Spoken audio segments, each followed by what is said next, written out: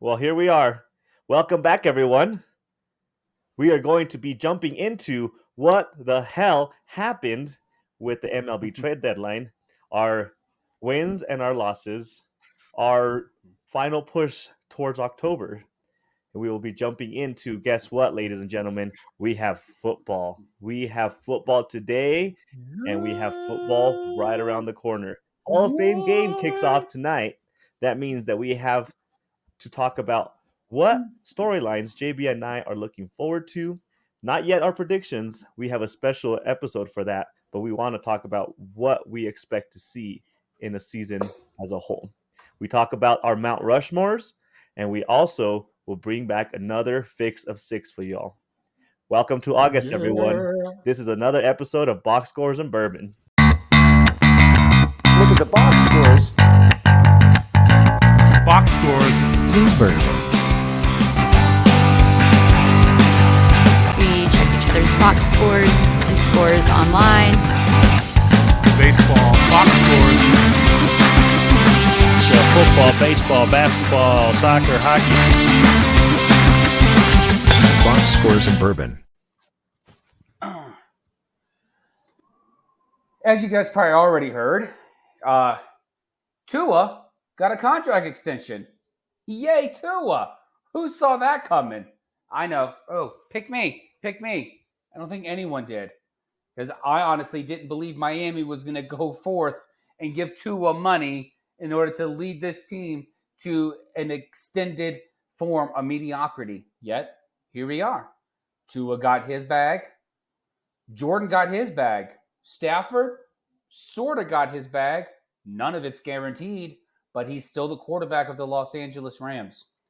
That leaves one quarterback. I'm trying to think. Oh, yeah. It rhymes with Whack Westcott. And it's whack because Jerry Jones, what is this man doing? This man said at the beginning of the offseason, we are all in for next year. Jera promises that. It's a Jera guarantee. And what happens? Mike McCarthy comes back. Oh, and look, they bring back an oldie, but not a goodie, Zeke. He's back in a Cowboy star. But what about Dak Prescott? What about this quarterback that Jerry Jones has sworn is the face of the franchise? Yet he is not getting his money yet. And it's not because Dak has said, or Jerry, for that matter, has said that he doesn't want to give Dak the money. He just doesn't want to pay him right now. Well, if you don't want to pay him right now, you're going to have to pay him more money later. What are you waiting on? And here's my theory. My theory, and this has gone back a few months now. I thought it was silly when I first heard it, but then the more and more I revisit it and I hear it some more, the more I might be convinced Jerry's probably on the verge of selling this team. I think Jerry so badly is thinking, what better way to sell to any prospective investor or buyer of this team to know that, one, I have a lame duck coach who I am extremely committal on, and I have a quarterback who I keep saying I want to pay him, but just not yet. There's no better pitch you can give to a prospective owner than those two things right there, knowing they could come in and just sweep and wipe the slate clean. And if I'm a Dallas Cowboys fan, there is nothing more I would love than to see Jera no longer in charge and Costco Andy Reid no longer on the sidelines. Manny, you are a Cowboys fan. I am, and what we're going to do How do you about feel that, about this? You know what we're going to do about the fact that I'm a Cowboys fan? We're going to cheers ourselves into this episode. Love it. Welcome to the frustrations of Cowboys fans, JB. Love it. What are you drinking? JB? While you're sipping, I am drinking this Glen Meringue 10-year. I am opening it for the first time. What you got?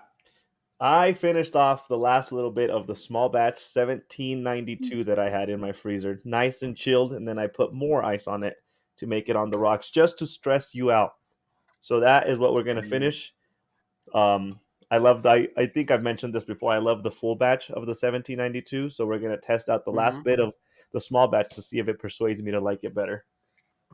Okay, nice. I am going to be smoking this blackened shade, this S84. So I'm not a. I don't usually smoke a shade. I like a Maduro, but I will smoke this shade.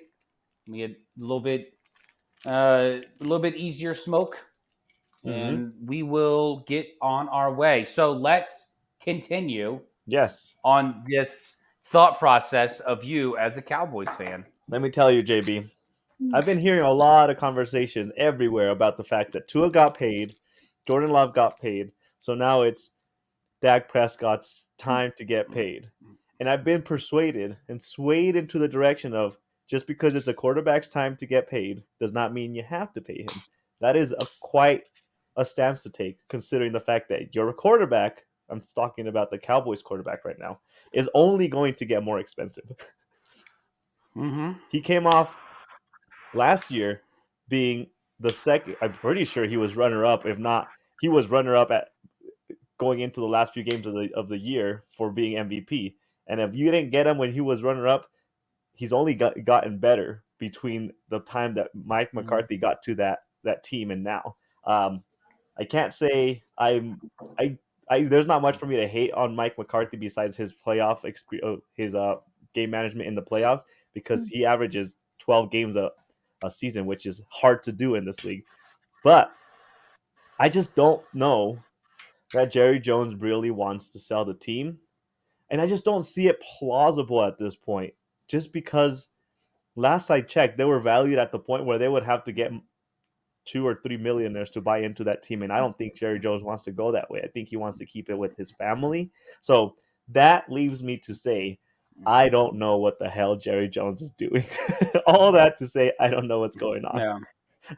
Well, I tend to believe you in the because I thought about this before we hopped on was the last time there was a multi-million billion dollar franchise that switched hands. It was another one of your favorites, the Yankees. Yep. When George Steinbrenner, um, I believe before Hal took over, George even began to not pay guys or not go out and buy players nearly as much. And so and it began that transition of okay, well now Hal's going to take over eventually. Yeah. I wonder if maybe that's what's going on. I wonder if Steven's going to be back there calling the shots or up there in the C-suite sitting there saying, "Hey Dak, thanks for the memories, but we're going to fall out boy your butt and you're no longer here." Uh, I can't see it just staying within the family because it would take a monster group of investors to take over this team. It is, I mean, maybe they could find a new manager for the Victoria's Secret that's inside the stadium, but I, you know, but as far as the franchise goes, I can absolutely see Jerry maybe just kind of taking the George approach and kind of just maybe trying to take a step back. I don't know. But it's weird because he's, if you're going to keep it in the family, then just start that process now. Why are you waiting until you're dead or you no longer want it? And it's because, well, Jerry's an egomaniac. Oh yeah, for sure. He That's always one has hundred been. percent the reason. There's no other I explanation. he's I mean, there's nothing this man loves more than attention. Yeah, So he look, he's a great businessman. He has is. built the Dallas Cowboys into a mega franchise, mega. But he he's definitely lost his way, and I think he's just now he's sunsetting as an old man. Yeah, he's 84. But I think he's clinging to habit and he's just waking up every day and like they wake him up. It's like people telling Joe Biden, "You're president." Oh, I am. Like Jerry Jones wakes up. He says, you own the Dallas Cowboys. I do. That's awesome. So I think it's one of those things where Jerry's maybe kind of just going through the motions. Yeah, I mean, speaking of, And he's gonna turn 85 during this season, so he'll officially be that's ridiculous. he'll be old enough to run for president, considering our standards He now. will be. He will be. Because Finally, don't you? I thought it was. I used to think it was 35. I think it's it 85 is now. I 85 think now. that's the minimum age.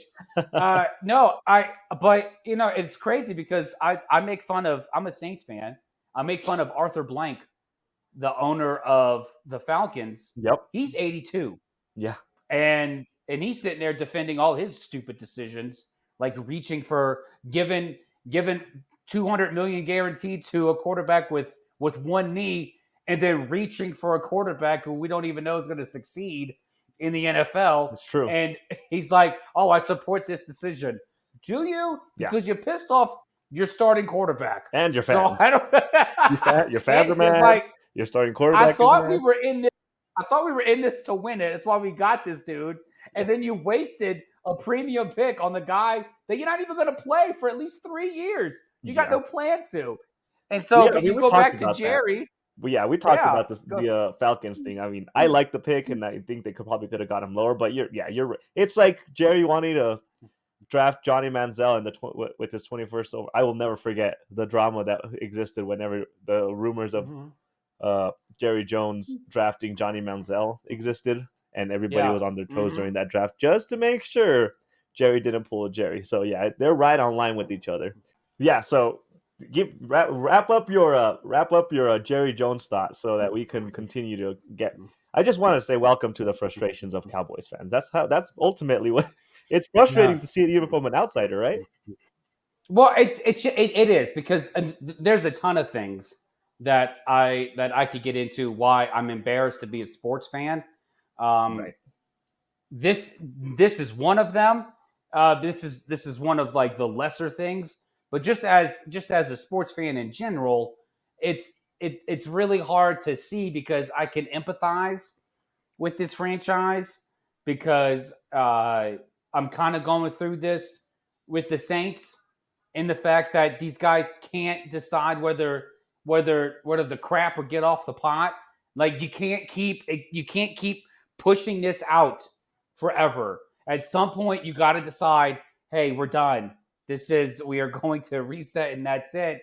And if the Cowboys, if Jerry wants to reset and he's still in charge, he's got to. I mean, I know they're shriveled up right now, but I'm pretty sure he's still got the kahunas underneath those slacks. So he's got to be able to channel whatever shriveled up balls he has left in order to make a decision. He does. And to move forward with either, okay, I'm giving the team to Steven, and if I'm not, then Mike McCarthy's not the answer because I've shown no real commitment to him.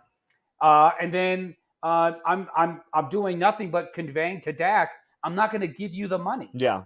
And so do something. I think that's ultimate. I honestly, as we discuss it, the thought popped into my mind that this season is going to be a make or break across the entire organization. So Jerry Jones is 84 or 82, whatever. He doesn't have the age left to go through an entire franchise rebuilding at all. Like there's no way he won't see the fruit of his harvest by the time he probably doesn't remember what happened yesterday. So here's my theory. He is waiting out this year to see if everything that he has put in place pans out. And if it pans out, cool. I still have a competitive team. I'll stick around and we can build onto this and we'll sign whoever we need to sign to make this. If it doesn't, the head coach is gone, Dak is gone, and Jerry Jones steps down and lets Steven Jones and the GM is take care of the GM has died. Yeah, and he lets Steven Jones take care of the rebuild of the Cowboys franchise, and then Jerry Jones just lines his pockets with officially just the owner component of things. So that's what I can see happening after this year. Yeah, and honestly, I mean, either way, I can see either one of these things happening, but they have to. I just think as a sports fan, I would rather see a conclusion to this rather soon. Yes, because as much as I hate the Cowboys and I love clowning on them, they are they're not a competitive team because they're competitive in the regular season, but when it matters, they're a laughing stock. Right. I know exactly what I'm going to get Yeah. every single time. And it's like the ghost of Tony Romo haunting these people from the moment that Tony was healthy enough and they kept Dak as a starting quarterback. Tony Romo was like, "Oh, I'm gonna haunt you and my Skechers forever. I'm coming down. This is it." But It at might be some the curse of point, Tony Romo for I'm, sure. I mean, but it would be nice to be able to hate the Cowboys because they were legitimately good, not because they're just a laughing stock and they continue to try to uphold this "I'm America's team" thing. I get it, all right, but you're not playing like it. Right. At least give me something to hate. Yeah. As a sports fan, I as much as I love loving and rooting for my team, I also love rooting against the teams I hate. Right. Give me something to hate. Give it to me. That fits you All so right? well. JB asking to be given something to hate on. That's just that embodies you so well. Trust me, as a Cowboys fan, I can safely say I already deal with the heat of all the people that hate Cowboys, the Cowboys organization as a whole. Know football or don't know football, people know how to hate Yeah. on the Cowboys. At least give me a reason to be able to be like, yeah, I'm glad you guys hate me because right now I got nothing. I got no Yeah. reason to be. I'm just taking the heat for no. I'm not getting anything out of taking this heat. I'm just standing there fighting a battle that nobody's next to me fighting. So Yeah. Yeah. Yeah. Imagine being in the Civil War and you're just like, I don't know, Nebraska, and you're like, well, I don't know. Like yeah, I'm just the here. last Confederate Like hiding somewhere. And I'm still fighting this war. Nope, it's not. you're We're like the moving on people without on me. Hawaii, like you're not a state yet, but you're like, maybe one day, but what's going on over there? I don't know what's happening. So I want something to hate. Yeah, that's And fair. I would love it if I could hate the Cowboys again because they were good. Yeah, They were a threat. yep. Now they're just, a threat to the next hilarious TikTok I'm gonna They're a watch. threat to taking over primetime games just to get blown out by the 49ers or the Packers. That's what they're a threat for.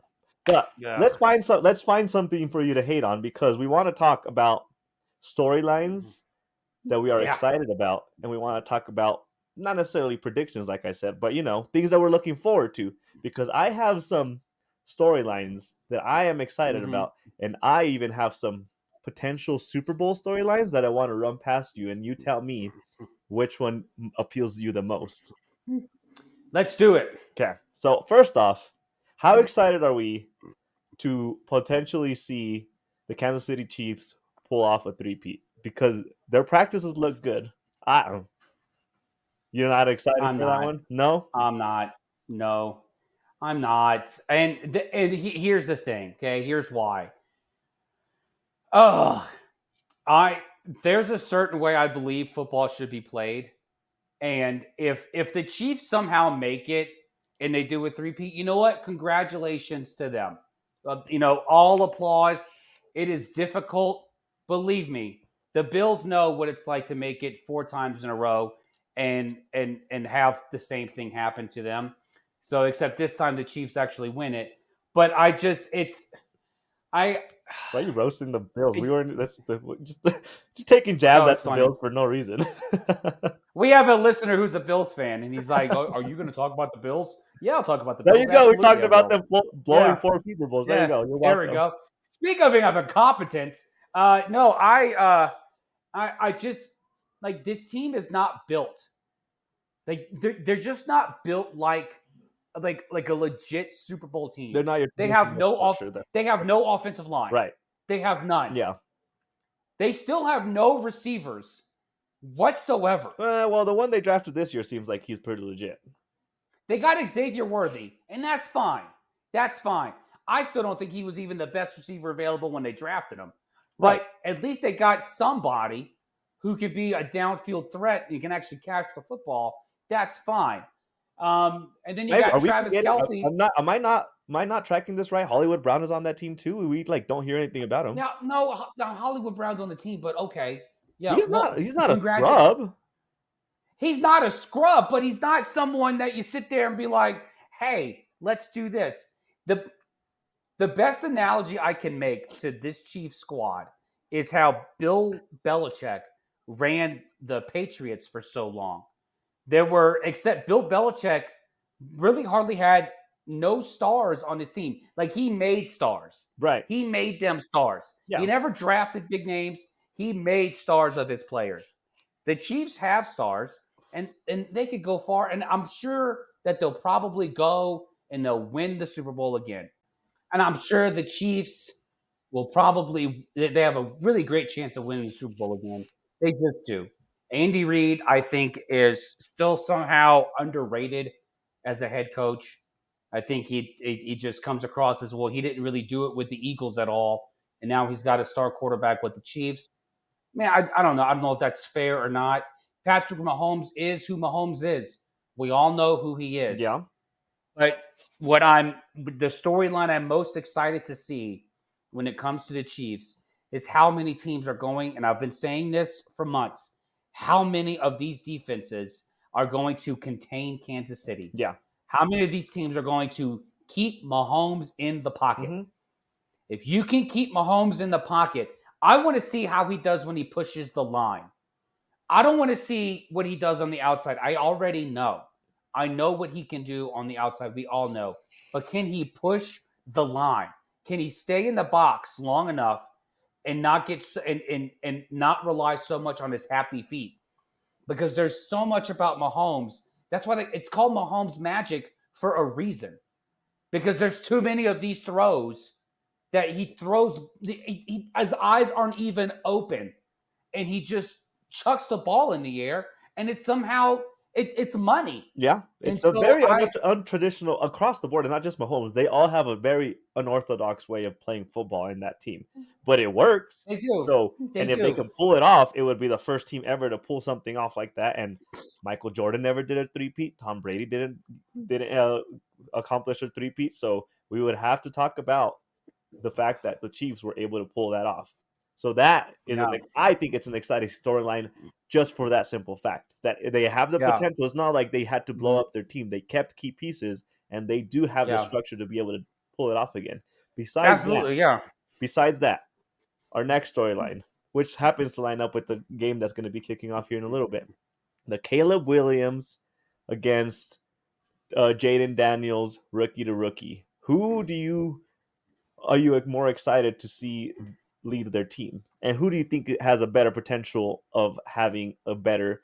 Not necessarily. I'm not going to hold them to the Houston bar as Yeah. far as rookie, because I think that was an anomaly, and I don't think teams will be Yeah. able to continuously do that. But as a team, which one are you feeling more towards being better this year? Jaden Daniels. I I'm have feeling and not because, look, if your question ended with which quarterback are you most excited to see, the answer would be yes, because I'm most excited to see how many ways Caleb Williams will crash and burn, uh, and lose his mind. But then at the same time, if we're talking about overall quarterback play, I have to also look at the individual. Okay, I have not heard any drama from Jaden Daniels at all, which is except good. the whole Brandon, except the Brandon Ayuk thing, if you count that as drama. Which honestly, I think that would be great because it's just college teammates being reunited, reunited, and it feels so good. And I like the structure that Washington is building, not just on the field, but also on the sidelines and in the front office. Mm-hmm. I like what they're building. I do. When it comes to Caleb Williams, this man has done nothing but draw attention to himself for the wrong reasons since before he was drafted.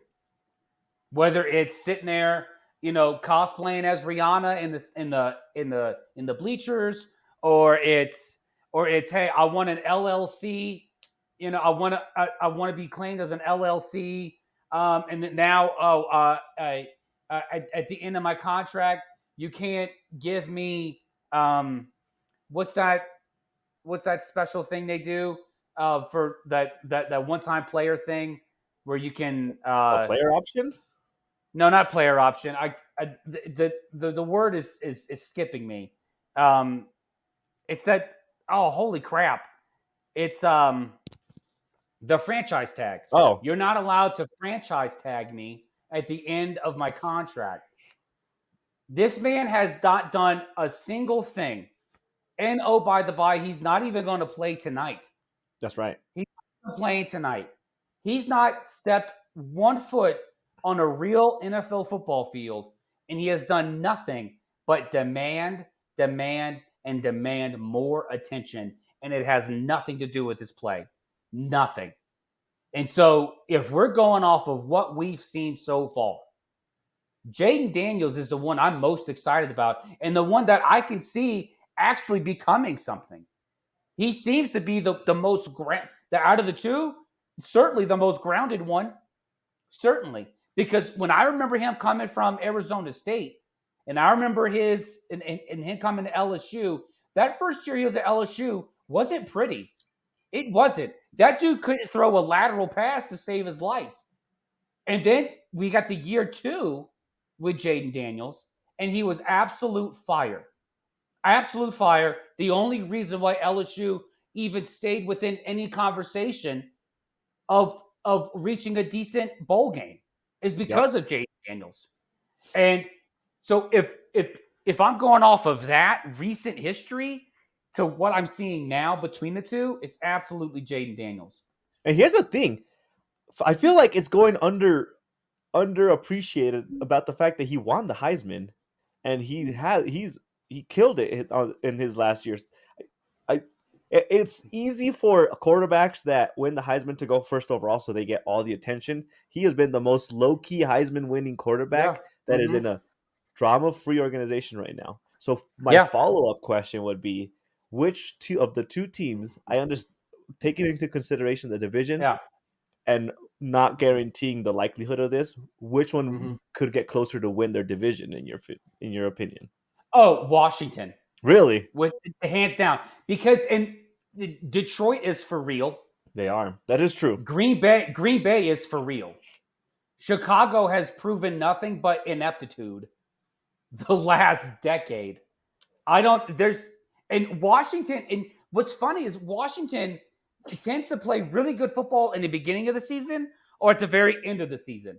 If they can figure it out how to play just consistent ball throughout the entire season, let's look at it this way. The Eagles, we can count on them to collapse at the end of the season because Nick Sirianni, he's out of there at the end of the season. Probably. He's well, gone. Depending on what happens, of course.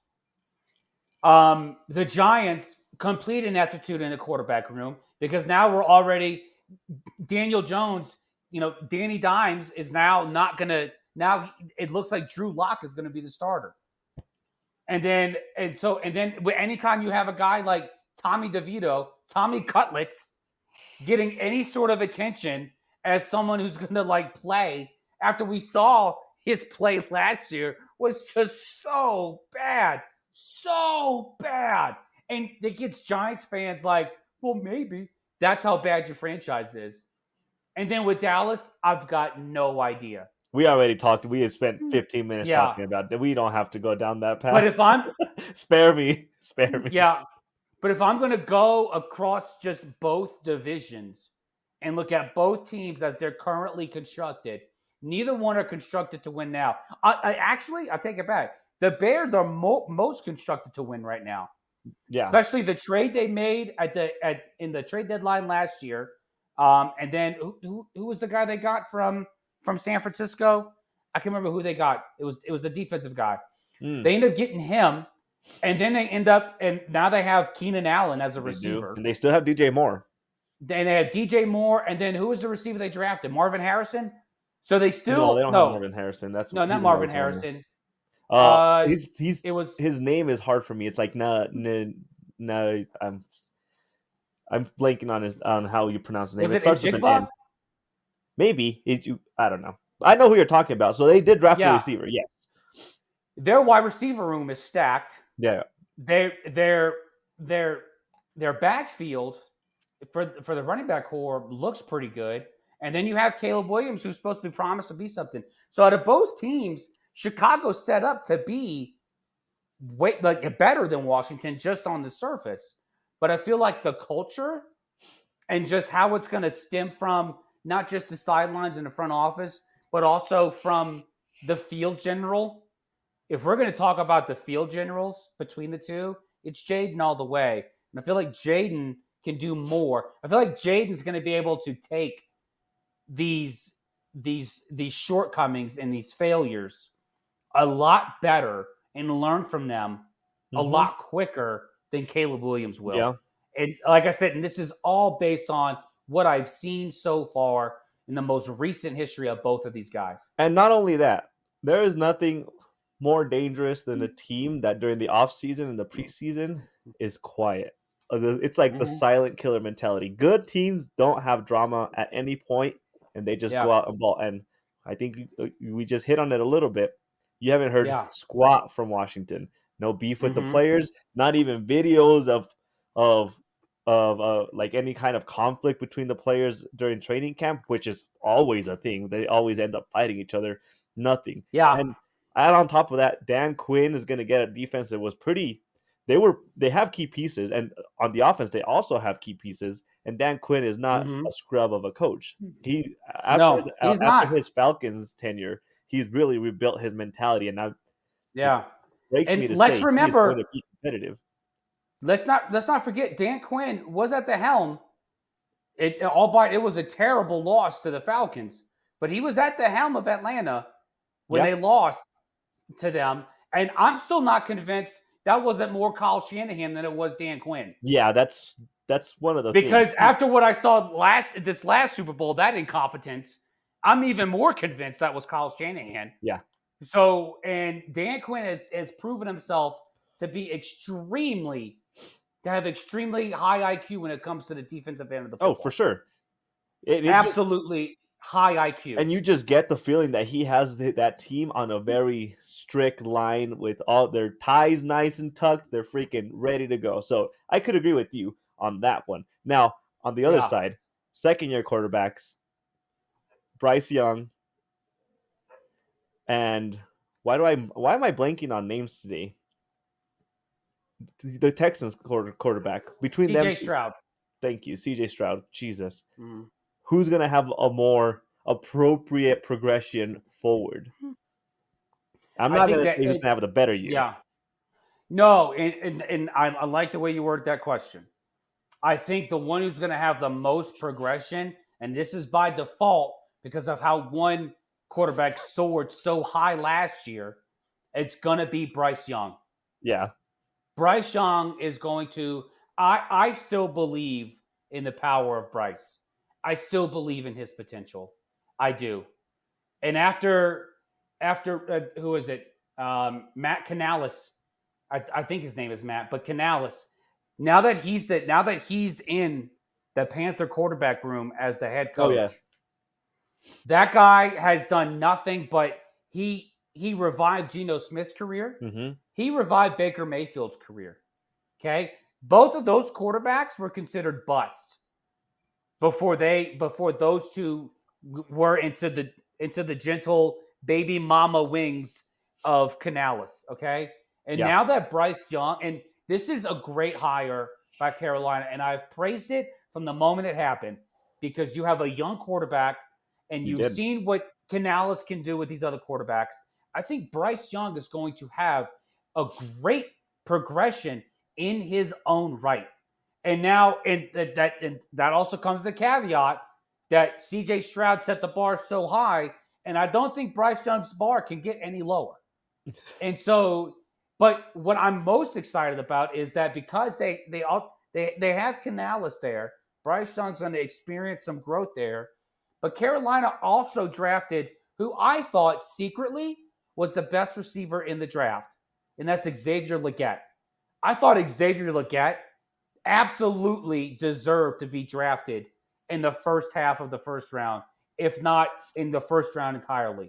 If I'm not mistaken, he was the first pick of the second round or the very last pick. I can't remember where Carolina traded up or traded down to.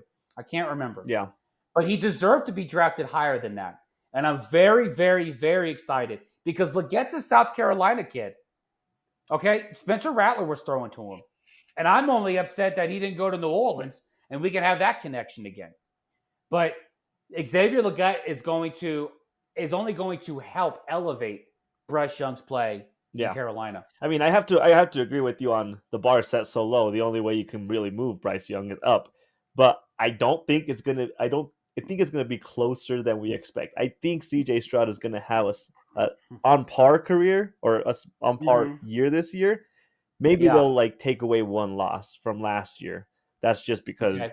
the bar they set is so high. But I don't think it's gonna be that far of a gap between the two. Bryce Young probably will take a good step forward, and CJ Stroud was probably going to take just a half step back, which will put them very close. But I do think because of the incompetence that organization had last year, Bryce Young by Mm-hmm. default has to be the guy. So now, moving on, I have two Super Bowl matchups that theoretically could happen, and I want you to tell me which one you would think would fit better of a storyline for this year. So Okay. we have two teams that have gone 0 and 16, 0 and 12 in their respective at the respective times. The Lions and Cleveland, Mm-hmm. right? Okay. Those Yeah. two teams are competitive this year. Them meeting up in the Super Bowl as one of the matchups, or um, the New York Jets and the Packers meeting up in the Super Bowl as the other matchup. What was your first one? The Lions and who? The Lions and Cleveland, Okay. or And the between the Packers and the Lions Jets. and between Detroit and Cleveland and the Jets and the The Packers? Packers. Yeah, so because the Lions and Cleveland, neither one of them have Super Bowls. So they would be the two teams that don't have Super Bowls that have gone winless in their respective teams. Competitive this year, they could possibly make the Super Bowl if they have a good little Yeah. stretch, or the Packers, Jets, Rodgers, Jordan Love matchup. Hmm. Out of the two,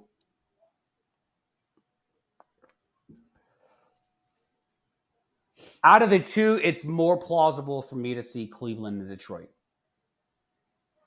And because I see Detroit already winning the NFC North, and when I look at the AFC North, it's not wide open, but there's definitely some question marks. Well, they're And they're they're very competitive within each other, so the gap between all four teams is not major. Is a thing. it's not at all. And it sometimes it is major. This year it's not. And the only team that there's and I'm going to rank the AFC North winners by probability of them actually winning it, because I think whoever wins the NFC North is going to get the 2 seed. So I rank them in this order: Baltimore, Cincinnati, Cleveland, and Pittsburgh. Mm. And so I can absolutely see a scenario where Lamar Jackson disappears for part of the season, like is been known to happen. Either he's hurt or he just the Ravens as a whole forget how to play football. Cincinnati's still Cincinnati, no matter how much Houday power they have, and no matter what Joe Burrow's hair looks like, they're still Cincinnati. With Cleveland, I'm really I'm I'm really interested to see how Deshaun Watson reacts. I think this is year 3 It is. of him in Cleveland. Mm-hmm.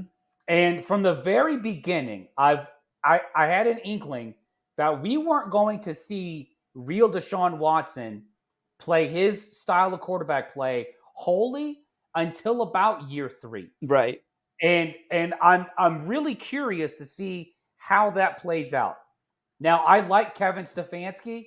I think he's done a wonderful job in Cleveland. He is easily the most competent coach Cleveland has had in quite some Ever. time, a long time. Well, okay. Yeah, Uh, maybe not ever, but and a long, long time. it's been a minute. He It's stabilized been the some time. organization. Single-handedly, he has stabilized the Absolutely, he organization. has. Yeah, and so it's easier for me to see Cleveland get in because I think they have an easier chance to win, And although Detroit, I think, is going to win the NFC North, Green Bay could still sneak in there as a playoff team. The Jets are my biggest wild card because I can see the Bills winning that division. And then I could absolutely see the Dolphins making some noise. I can see the Dolphins make. I don't have complete lack of faith in Miami. Miami's either going to hit big or they're going to miss hard. Yeah, There's no in between. that is They're true. going to they are going to roll those fours, or they are just going to roll straight sevens and then just get knocked out on their on their first bet. And so, but it's a lot harder for it's going to be a lot more competitive for an that's what I'm saying. It's going to be a lot more competitive for an AFC team to get into the playoffs if they don't win a division. It seems to be always more competitive in the AFC. Yeah, In and the their path is NFC, is it's a little bit the wide path is open. harder just simply because whatever team has to get there wants to get Mhm. there has to go through the Chiefs. So it's Yeah. a harder path. It Yeah, really is. absolutely. Absolutely. Yeah. So out of those two, I would say Detroit and Cleveland. But also on top of that, I'd be more excited to see Detroit and Cleveland in it And we because are talking neither about one of them storylines. have ever won. I would love to see it. I thought it would be Detroit and Kansas City. They played the first game of the season last year. Detroit won. And I thought we were Yep. going to have a repeat in the Super Bowl and Detroit was going to win. But Detroit they They lost their fell. way. Dan Yeah. Campbell. Well, They we could dive they into made Kyle Detroit and Dan Shanahan look Campbell. competent. Yeah, they had a lead. I mean, we can dive into it when we do a more of an in-depth season analysis. But Dan Campbell, I'm sure that was like a growing pain for him as a head coach and figuring out, when to stop Yeah. being too aggressive for your Yeah. own good. And I think he learned that lesson during the 49ers game. So Yeah. I don't think he would make that mistake again that year. But we can easily have a whole hour conversation about what we expect out of Detroit. Yeah. So the last storyline that I want to ask you about is wrapping it all back to our intro. The Cowboys' ultimate season finish against the Eagles, ultimately winning the division because, let me remind you, not a single team. There hasn't been a team in 20 years that has won the NFC East in consecutive years. The Cowboys won it last year, almost by Yeah. default because of the Eagles' collapse, and the Eagles pretty much handed them the division. But that storyline, do we want to care? Are we just gonna uh by default cement the Eagles as the better team this year? As a football fan, I want to care because going back to your earlier storyline, uh, the proposal, I would definitely like to see Washington make it interesting. Well, yeah, I would. If we get to week 14 and these teams are within what 2 games of each other. two games of each Yeah, other, I'm like, okay, I'm putting on the feather cap and I'm rooting for Washington. I'm rooting and, for them. and let's not forget. I think if I'm not mistaken, the Eagles and Washington, not the Eagles, the Cowboys and Washington match up on week 18. So if the Cowboys are competitive and Washington are competitive, that last game could easily be, if not for the division, at least for the win and you're in when it comes to a wild card. I want to say that's the right Let's see. schedule that I'm remembering. Let's see. Dallas. Yep, Washington. And they are in Dallas. So Yep, they play Dallas. They play Dallas there 2 times yeah, in within the like 4 last weeks. 6 weeks of the Yeah, season. Week 12 and week 18. yep, So and they play so the Cowboys play Philly in Philly the week before that. yep, So absolutely. yeah. Absolutely. Oh yeah, for I sure. It could easily. It could. I'm not putting it past the fact that it could easily Yeah. happen that Washington is competitive enough. Yeah. Uh, Mhm. the Cowboys are mediocre enough, and the Yeah. Eagles are collapsing just Yeah. enough to make that division Yeah. up for grabs. That could easily Cuz happen. here's week 16 through week 18 with all three teams. Week 16 Washington is at home against Philly. Week 17, Dallas goes to Philly, but week 18, Washington goes to Dallas. So Mhm. those last 3 weeks of the season, as much as I've always looked at the NFC East and be like, who gives a crap? But I I have a football fandom stake in it because of what I would like to see Jaden Daniels do this year.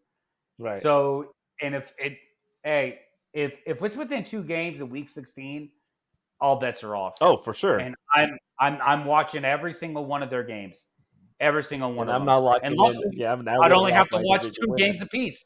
Yeah. So because they're all playing each other, so it So saves yeah. me time. So out of all the storylines, to wrap up this segment of our storylines happening, which one is the storyline that you are most excited about? We talked about rookie quarterbacks. We talked Yeah. about sophomore quarterbacks. We talked about competitive teams that might take the jump.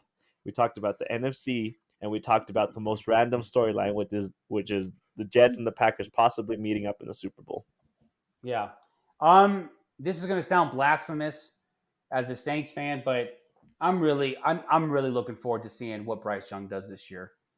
I really am. Carolina has proven inept in every stage, every level. Now that Dan Morgan is the general manager or the president of football operations, whatever he is, love Dan as a ball player. I'm interested to see what he brings to the front office. I'm interested to see if he does something that makes sense. Like if he's going to trade somebody, get real value in return. The Panthers failed at the Brian Burns trade. They failed in the Christian McCaffrey trade. They have not gotten the returns that they should have gotten at Right. all. And so I'm really curious to see what Dan Morgan does, but I'm really curious to see what Dave Canales, that's his name. I'm curious to see what Dave Canales does with Bryce Young because it wouldn't be this mirage of like, or it wouldn't be a miracle because like I said, he's gotten the most out of Geno Smith and the most out of Baker. Yeah. And so I'm curious to see what happens Yeah. with Bryce Young. Biasly, I want to lean towards the NFC East competitive nature of it because we haven't even talked about one of the major additions that, uh, well, two of the major additions. The Eagles, yeah, they got Barkley, uh, Yeah. but the one that it seems like is going unappreciated is the fact that Eckler is now a commander. So that team Mm-hmm. has some Yeah. pieces. So They biasly, have what? I'm excited to see what the NFC East does. Besides that, Yeah. I really believe that Cleveland has something in place. Nick Chubb is going to probably come back week 1 or week two or Mm-hmm. so. So the Detroit Yeah. Cleveland uh, similarities as far as the trajectory and the taking the step, I feel like Mm-hmm. that is something that's going to be exciting to keep tabs on. Even though it breaks my heart that Detroit got to the NFC Championship before the Cowboys did, considering the history that Detroit has as an Yeah. organization. Mm-hmm. Yeah. And on that note, JB, it is time for us to dive into your Mount Rushmore segment. Woo! For those of Love you that it. don't understand, we get random numbers, we get assigned a random team, and we have to pick our Mount Rushmore when it comes to players, coaches, owners, whoever we feel is the most representative of that organization. JB, are you ready to rock and roll? I am ready. Let's spin your wheel. Do it.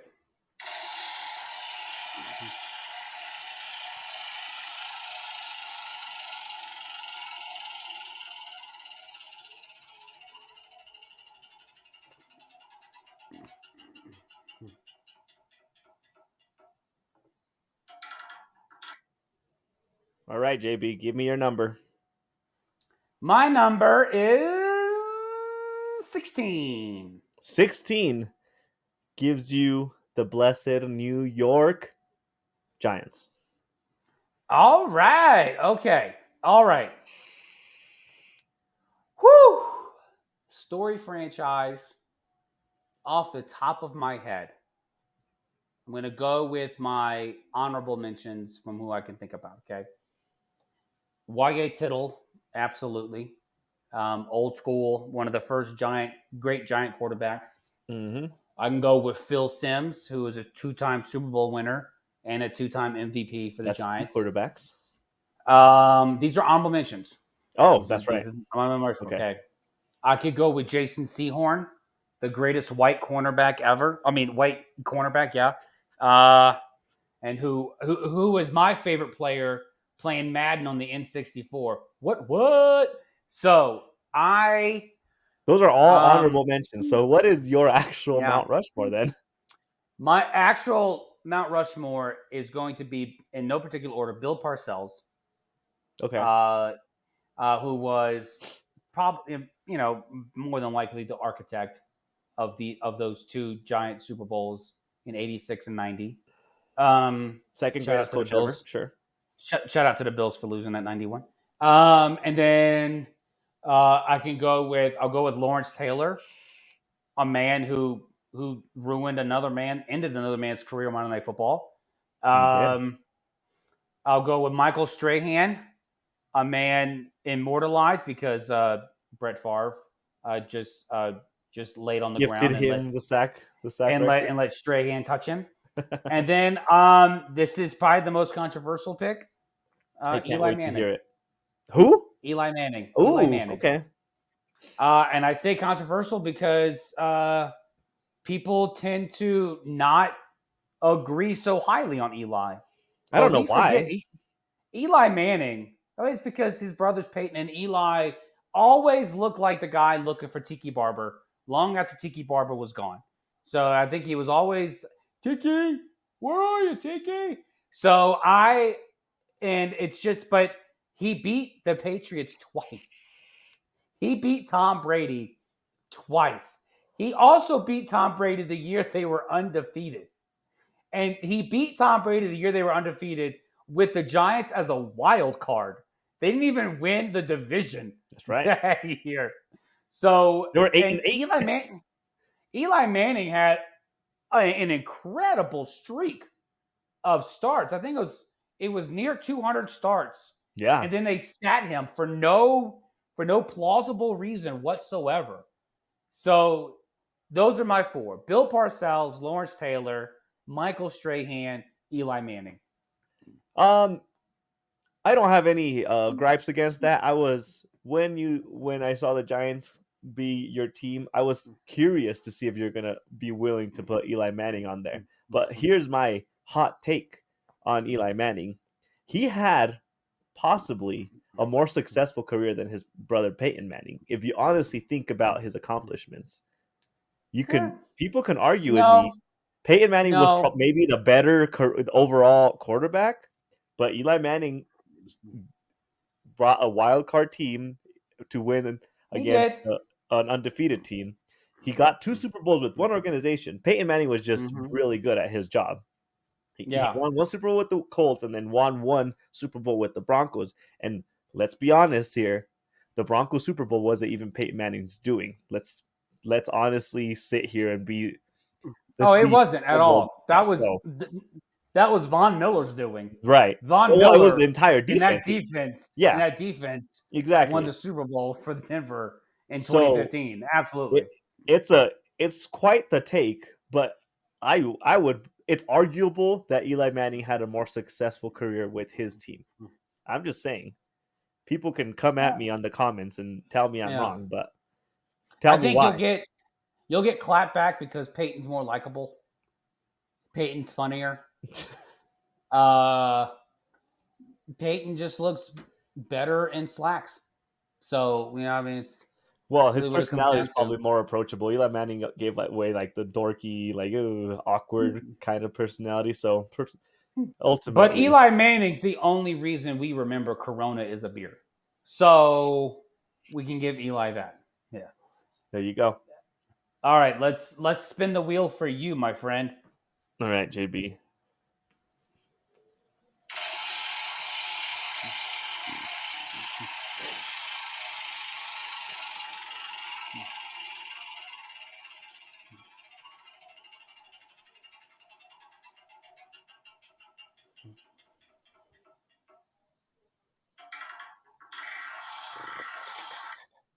Man, That one like playing took roulette off twice. again. I had to make sure this paused on time. It All stopped on red. I didn't like it. right. JB, my number is number 25. You, my friend, have the San Diego / Los Angeles Chargers. So that begs the question: am I assessing the Before you organization, or am I assessing the organization from the city? begin, the answer is Jim Harbaugh for all four of them. Okay? Honorable mention Jim Harbaugh because everybody already praising him. That dude's done nothing but win everywhere he goes. So I don't think anyone have a problem with you putting him on the Mount Rushmore because he's single-handedly saving this franchise Just by from the being there. depths That's right. of mediocrity. Yeah. Yep. Yep. But no, on a serious note, my number one, without argument, by unanimous decision, has to be LaDainian Thompson. LaDainian Tomlinson. Sorry. Yeah, I don't think anybody would have an argument with that. The rest of my picks are ones that may be a little bit controversial. I want to say Antonio Gates has to be up there. Okay. That one, Nothing controversial about that. he's not in the Hall of Fame, and he has one more year of eligibility for Yeah. making the Hall of Fame. So Mhm. there's some controversy there, maybe. And then Yeah. the quarterbacks, I'm stuck between Dan Fouts and Philip Rivers. Mm-hmm. I want to say Philip Rivers had the most successful career with the Chargers. Okay. He made them relevant, and I don't know. It feels right. It feels right Yeah. that he would be the one to trump him. And then lastly, on the defensive side, linebacker. What is his first name? Sue. Is his Teo. No, it's not Manti-Te'o. Junior Junior Seau. Seau. Yeah. Seau. Seau. Seau. Seau. That's how you Seau. Seau. Okay. Well, agree to disagree. Seau. Sue. What are you disagreeing with me for? You're wrong. It's Junior Seau. I don't understand this. All right. So those are my four. LaDainian Okay, Tomlinson, Antonio Philip Gates. Rivers, Junior Seau. Mhm. What was my fourth one? Oh, Antonio Gates. Okay, so Rivers, Seau,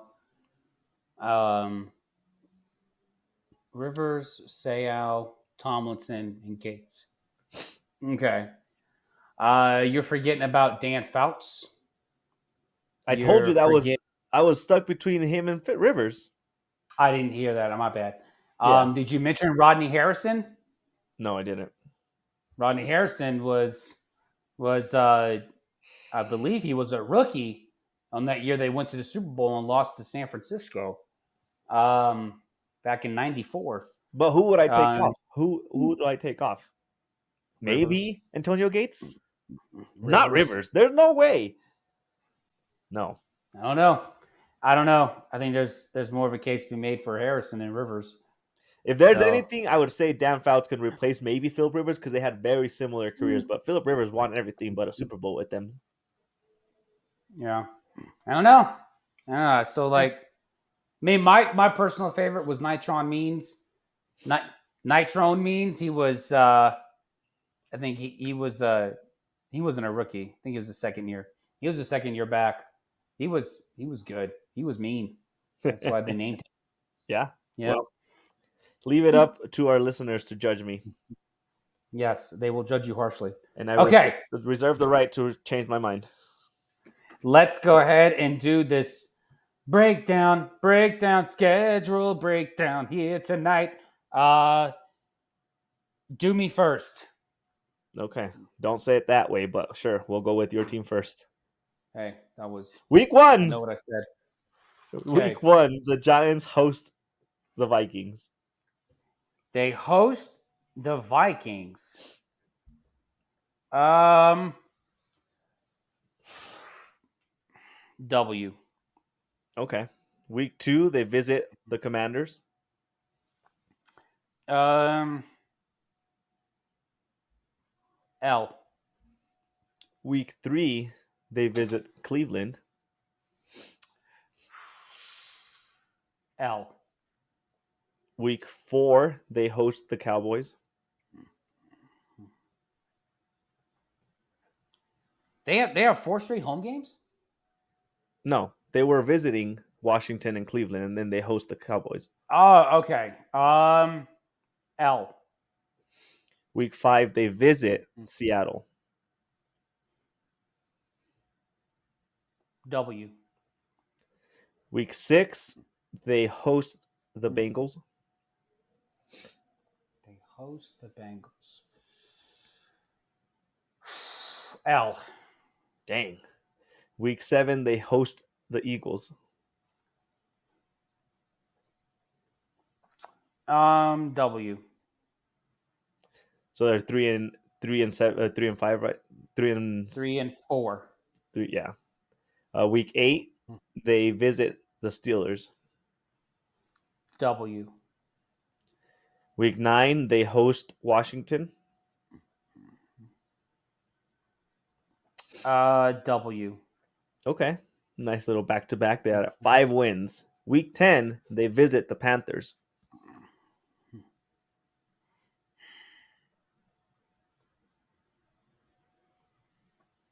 W.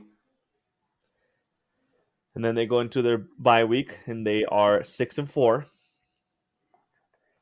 Week 12, Yep. they host the Buccaneers. L. Week 13, they visit the Cowboys. L.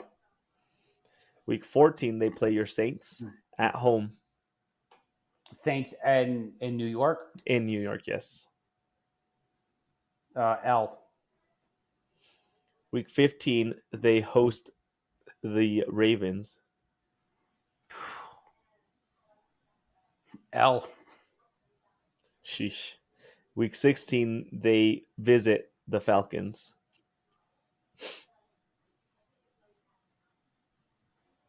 W. Only because I think Kirk Cousins gets hurt by this point and Penix is playing. Week 17, they host the Colts. W. And week 18, they visit the Eagles.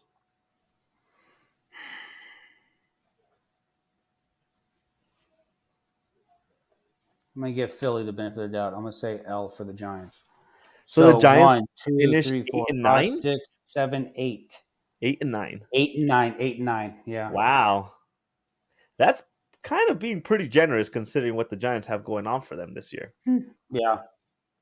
It's that 7 through 10, and I'm just like, I don't know. I That's don't fair. know. Sure, but Yeah. All still right. being Let's go generous. ahead and do your Los Angeles Chargers. All right. Week 1 at home against Vegas.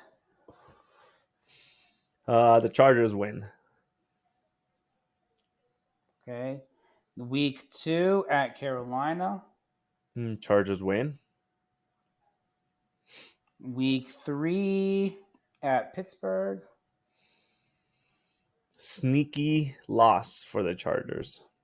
Ooh, okay. Week 4 at home against Kansas City. Loss for the Chargers. Okay. Week 5. They have bye week at week 5. Good Lord. That sucks. Goodell hates the Chargers. All right. Number 6. Week 6. Oh, no. Wait. Yeah. Week 6 at Denver. Ooh, win. Okay. Took you long enough. Week 7 at Arizona. Win. Week 8, they host New Orleans.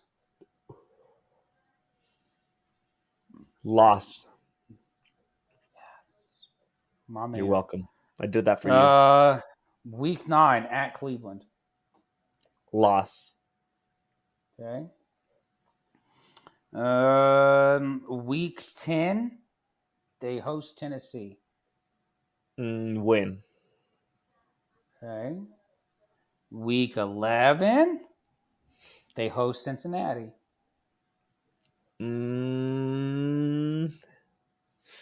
Ooh. I'll say loss. A loss. Yes. Okay. Week 12, they host Baltimore. Ooh. Whew. The matchup of the brothers again. I'll say the Chargers win. Okay. Week 13 at Atlanta. Chargers win. Okay. Week 14 at Kansas City.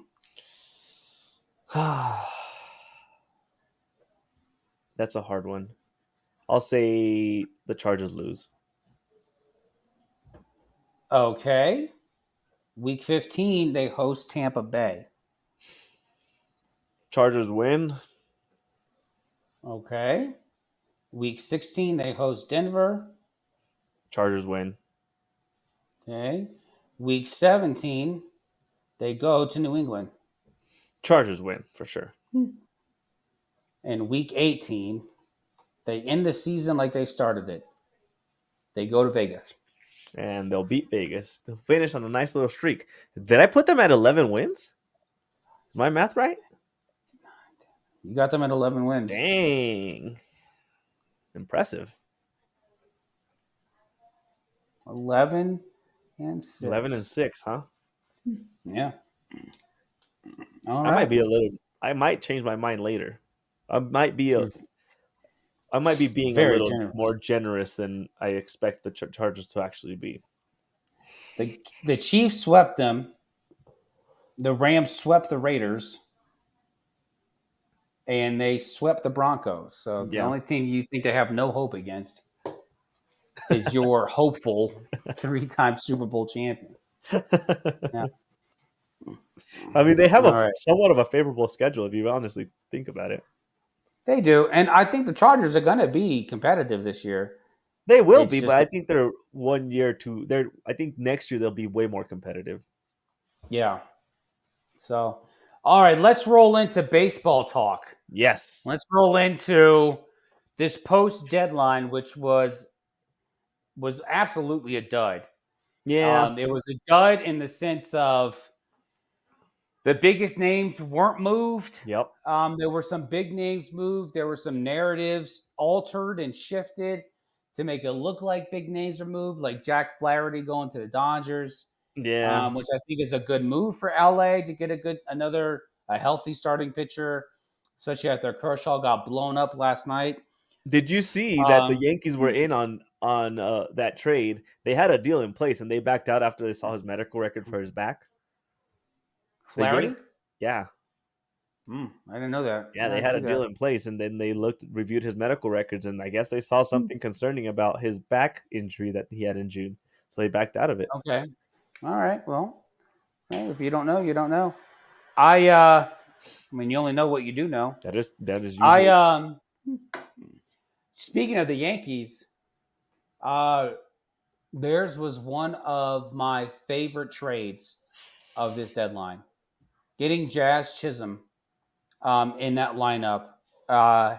And most people on the surface will look at Jazz and be like, well, he didn't really come to prominence in Miami. He didn't really do much with the Marlins. He didn't really come to life. He had flashes He did. of brilliance when he was with Miami.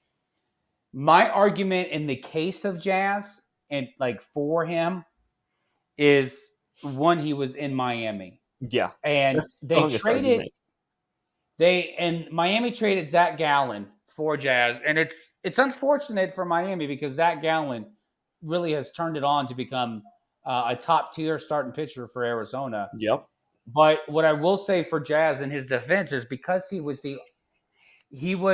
traded to Arizona to Miami, I think at 22, and he was there was so much built on him. There was no one else in Miami to help him show the way of knowing what it was like to be a ball player. Yeah. And it goes back to even just in the offseason. I forgot who Jazz Chisholm was talking about. He has some words for another ball player. I did a monologue on. I can't remember who it was, but the uh, Jazz is only 26 years old. He has yet to reach his prime, and the talent is still there. He has not fallen so way off or so hard on his time that there's really no hope. Which is why the Yankees paid a little bit of a premium for him. And so I would, and judging with the fact that Jazz hit 4 homers in his first 3 games Yeah. as a Yankee, and the Yankees as a team have turned it on They have 5 in a row. since since Jazz has entered that clubhouse. They swept the Phillies, They for did. goodness sake. And so, Who would and have that thought was you would have just said because, that? and that was a blessing because Garrett Cole didn't pitch. Who would have thought I'd say that? But uh, I think Jazz being surrounded by Aaron Judge and even with DJ LeMahieu, Hmm. that's only going to serve Jazz in the best way. Oh, for sure. That's only going to be able to help him understand what it means to be a real good ball player. Hmm. And so I'm excited Jazz is in there. They needed a left-handed hitter with some pop. They got a guy who can attack that left field porch. And And they so, and they got an infield, and he's a versatile yeah. infielder. They threw him on third base for the Well, first time ever. And he has to be because Gleyber Torres is a giant crybaby. He's a crybaby Fubu. And so I'm a second baseman. You can't tell me what to do. Yeah, Gleyber, you also came up as a shortstop. So I don't know what you're talking about. So I Jazz going to New York is one of my favorite trades. My other favorite trade, and this is going to go so under the radar because this was about rookies being traded.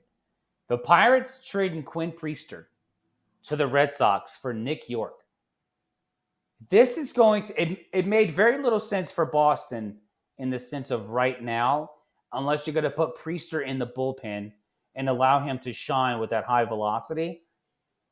But Nick York, the Pirates have been yearning for consistent offense. Just a guy who can slap the ball. Nick York can slap the ball like nobody's business. He is lighting up AAA. He's done nothing but hit in Boston's system since Boston took him. And I remember when Boston took him, I think with I forgot, it was an earlier pick. It was in the high, it was in the first half of the first round. Everyone's like, why are you reaching for Nick York? I don't understand what's happening here. This dude's done nothing but hit. He has hit and he has hit well. Mhm. And for Pittsburgh to be able to get this guy, he's got the potential to be a long time table setter for Pittsburgh. Not to mention to be their longtime second baseman. They haven't had a consistent second baseman since Adam Frazier. And even before that, I guess you can make the case for Josh Harrison. But Pittsburgh being able to get Nick York is going to be huge. It's going to pay Yeah. dividends. And it's going to start paying dividends now. Because I don't know if Nick York was called up already, but if he hasn't, he's really close. Pittsburgh's going to call him up really quick. And because they're going to need someone to top that lineup to really just set the table for these other guys who can just knock the absolute snot out of the ball. But those are my two favorite. Go ahead. Yeah, no, I was gonna say those. You were saying those are your two favorite trades. My thing was there was a lot of talk about players moving that just ended up not turning into anything. They didn't. Yeah, nothing. Yeah. It was definitely underwhelming. I think there was more of a hype behind the trade deadline than anything else. There was rumors of Yeah. Guerrero Jr. getting traded to Houston that never turned into anything. There was so many like big names in talks. I don't know if they were just their price was too much because everybody was in the buying side of things. Then Yeah. nobody was really sold on selling anything. But Yeah. it was needless to say, it was very underwhelming when it came to trades. It was underwhelming. It was my most underrated trade though, and I'm excited to see what happens here. Eloy Jimenez going to Baltimore. Now this dude's always hurt. He's always hurt so much to the point where the White Sox did a montage of him always being hurt. And I'm curious to see what Eloy does in Baltimore as strictly as a DH, and even just like maybe even just a part-time DH to keep him healthy. I'm curious to see what happens. And Baltimore didn't pay. They sent Chicago a minor league reliever, so it wasn't like it was anything like it cost them anything. And so I'm curious to see the effect of being on a winning ball club, Yeah. on being on a team that is chasing something. Chicago has been nothing. They haven't chased anything for quite some time. They've been running from the cellar for quite some time, and Jason Voorhees finally got them and slashed their ankles, and now they can no longer move because they can be in the cellar for a long time. But Eloy going to Baltimore, I'm really curious about this. I'm very, very, very, very curious about what happens when now that he's an Oriole. Yeah. True. Now, is there any major happenings in the baseball world that you really feel like we need to address? Because there's one major one that just broke as of 2 hours ago. One drastic, heartbreaking I news. will. Yep, I know. The Cubs only scored 13 runs yesterday. I know that was a devastation. No, and we're gonna talk about this, and I'm gonna lean into more about this trade deadline stuff. I don't know what Mike Trout. Mike Trout was on the road to becoming a surefire first ballot Hall of Famer. He was well on his way. He was the face of baseball, and then they signed some Japanese guy. I forget his name, and that guy ended up taking all of the press from Trout. But more importantly, Trout being out for the year again. Oh, Yeah, I yeah. think it's the second time in 3 years. Maybe second time in 3 years. I think he came back last year. Yeah. Ever since Mike Trout got his bag, he has not stayed healthy. So what happened there? Is this a case of a guy who just coincidentally just injuries caught up to him after he got his money? Or is the perception going to be, I think this guy just wanted his money and now he's like, I'm done. I'm good. That's quite a take from a guy that's loyal to one organization like no other. Well, and I have a take on that. And this is a mean take. And it's not like me to be mean. Okay? No, you're the kindest soul out there. I'm so kind. Okay. Sarcasm, I don't even know what it is. Okay. Coming from the guy that needs things to hate. Because I love so hard. Okay. That's why. Okay. You need to find a balance. Yeah. Yeah. Come on. I don't be Lex Luthor here. So I wonder, and this is devil's advocate. Mike Trout saying, I want to be committed to one team. This is him trying to preserve his legacy. Like maybe this is him. Like I said, devil's advocate here. This is him trying to preserve his legacy and not say, well, it's not because the team's not trying. It's just I'm legitimately hurt. I'm hurt. There's nothing I can do about it. And so as a devil's advocate, that's where I'm leaning. All in all, it sucks. As a baseball fan, it sucks that this guy is hurt again and he's out for the rest of the year. He is. He tore his meniscus on his way. He was at AAA and part of his rehab, and he felt something, and yeah, there it is. I don't know how that worked. At Salt Lake, and he struck out and felt something. Yeah. Maybe it was his pride. Yeah. Because he struck out against AAA pitching. Yeah, your take that you just put out there, that's quite the take, because that man until the moment he gets hurt, he like kills it. He dominates his he's the reason that his team is even in conversations as far as relevance. Well, and here's the other reason he's the only reason we talk about this team is because Perry Manesian, the GM for the Angels, absolutely screwed the pooch at this deadline. This dude went from emptying the cupboard last season when they had no chance to make the playoffs to bring guys in just to release all of them before season's end so he wouldn't have to pay them, to having nothing but pieces. This dude had a plethora. Forget about a plethora of pinatas. This dude had a plethora of pieces to trade. And he screwed it hard. How do you get to July 31st and still have Luis Rengifo, Taylor Ward, and Tyler Anderson on your team? How is that possible? How?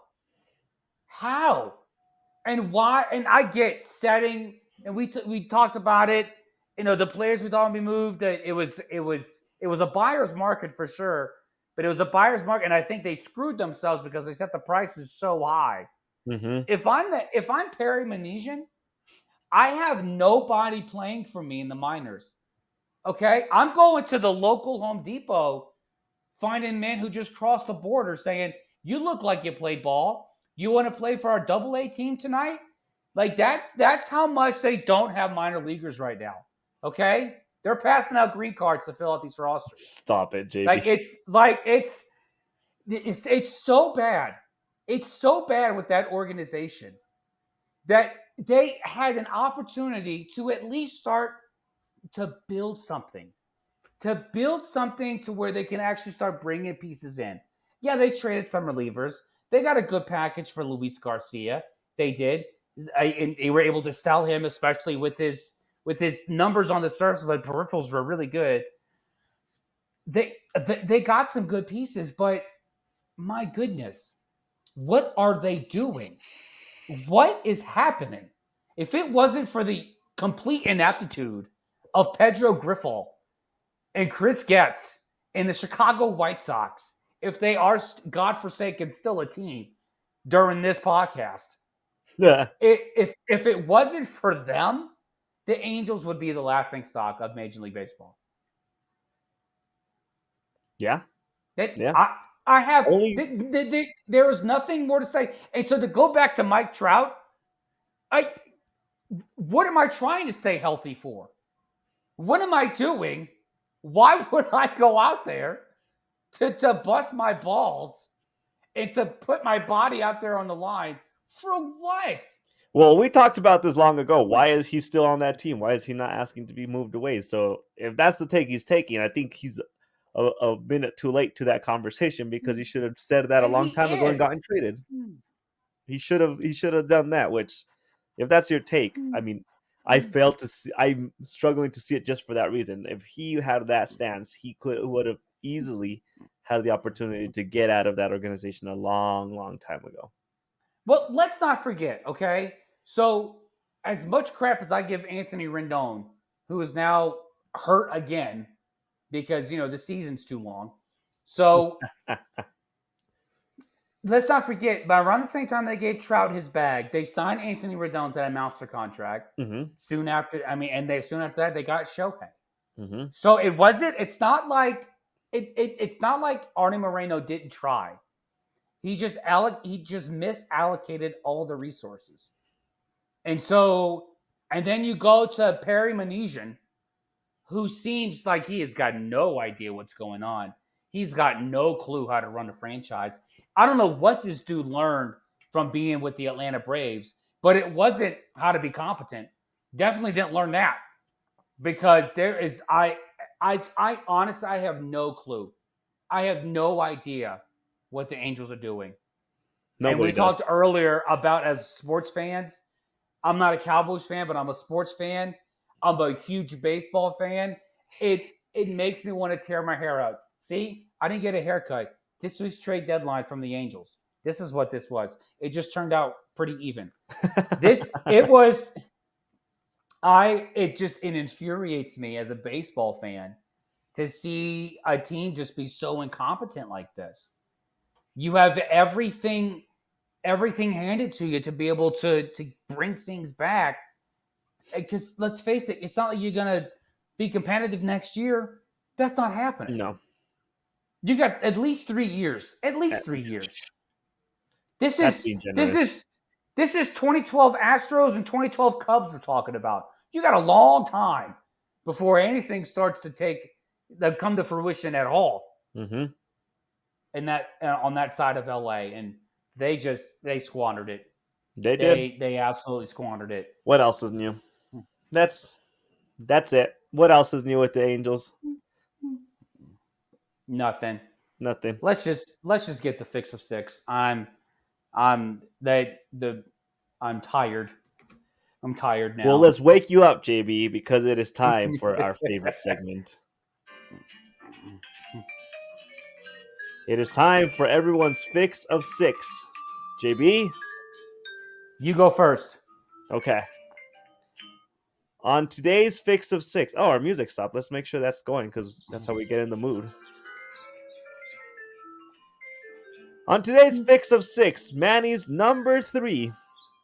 Continuing the conversation of Caitlin Clark.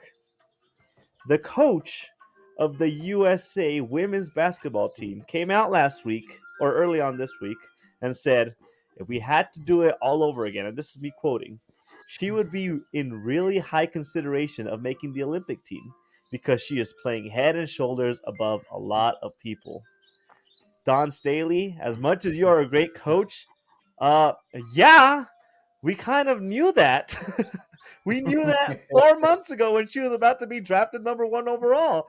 I don't, why you're having buyers or sellers remorse? Like, I don't even know what to call it. Like, yeah, Caitlin Clark is the best personality, the best player, the best international player out there, the most well-known female basketball player by far.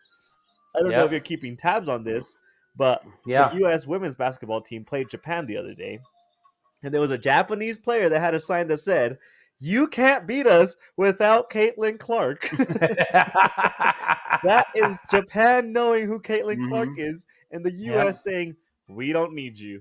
Thankfully, they did win the game. They won it dominantly, but for the coach to come out after the fact and say, "Oh yeah, maybe I effed up, maybe just a little bit. Maybe I needed to reconsider my selection." Yeah, Don Staley.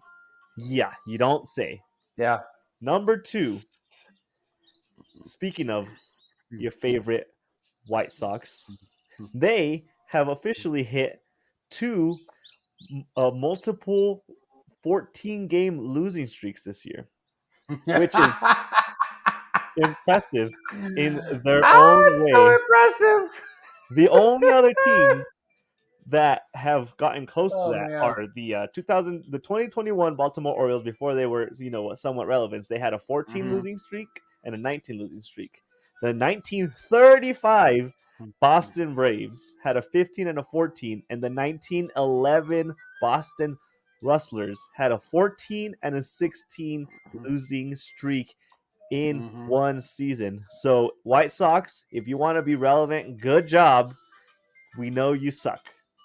And we all remember that 1911 Boston Rustlers team, okay? Oh, Spooky, for sure. Yeah, Spooky Harrelson was giving people the what, okay? All right? How could I forget? Yeah. My great-grandparents weren't even born. And Manny's number 1 fix of 6. We're going to finish mine on a good note. Speaking of the Olympics, the U.S., as of 48 hours ago, is the first country between summer and winter Olympic sports to win 3,000 medals in the Olympics. The dominance continues. And guess what? The next closest country at number 2 hasn't even broken 1,500, and that's Russia. And that's combining it with the Soviet Union era. So the U.S., congratulations. Continue killing it. We're proud of you. Go USA. I can't wait to see how many more medals we tack onto that total, because as of right now, as of where we're filming, we are about 10 medals ahead of the competition in the 2024 Paris Olympics. JB, that does it for me. But we lost shooting. How do we lose We shooting? did. We're the most armed country on the planet. There is not more gun violence in any country except ours. And not that that's the point, but I was just saying I could find 4 guys that I grew up with who can go out there right now without any training Yeah, and win the gold in shooting. yeah. Um, I guess we're just not very good at doing it competitively. We're more of the yeah, organic shootings kind of people. yeah, yeah. It's the wrong type of targets. So we JB's fix of 6, number 3. MLB starting this year, folks, is going to start a new scheduling shift when it comes to the World Series. If both of the league championship series ends within 5 games, the World Series will be shifted to begin October 22nd through October 30th. And I know what you're saying. When's the last time both leagues ended within 5 games? That's easy. It was in 2022. 2022 was the last time, and one was a sweep, and the other was in 5 games. And it's happened 4 times in the last 10 years in the American League, and it's happened, I think, 6 times the last 10 years in the National League. So it's definitely not out of the realm of probability that we wouldn't have to wait a whole week to watch more ball games. They would be moved up, and then we can continue on. JB's number 2 fixes 6. Raisa Leal, a Brazilian teenage skateboarder in the Olympics, was signing Bible verses as her autograph at the Olympics. And I got to say, this makes me proud to be a human being because out of all the people who run away from their convictions because they're afraid of being yelled at or canceled, whatever that means, this young girl was raised up right. This young girl's parents need a gold medal in raising a woman with character. Good job, Raisa, and to your parents. And JB's number 1 fix of 6. We all remember our favorite childhood wrestler, Stone Cold Steve Austin. Austin 316 himself. This dude retired full time from WWE in 2003. And guess what he's doing now? I'll tell you.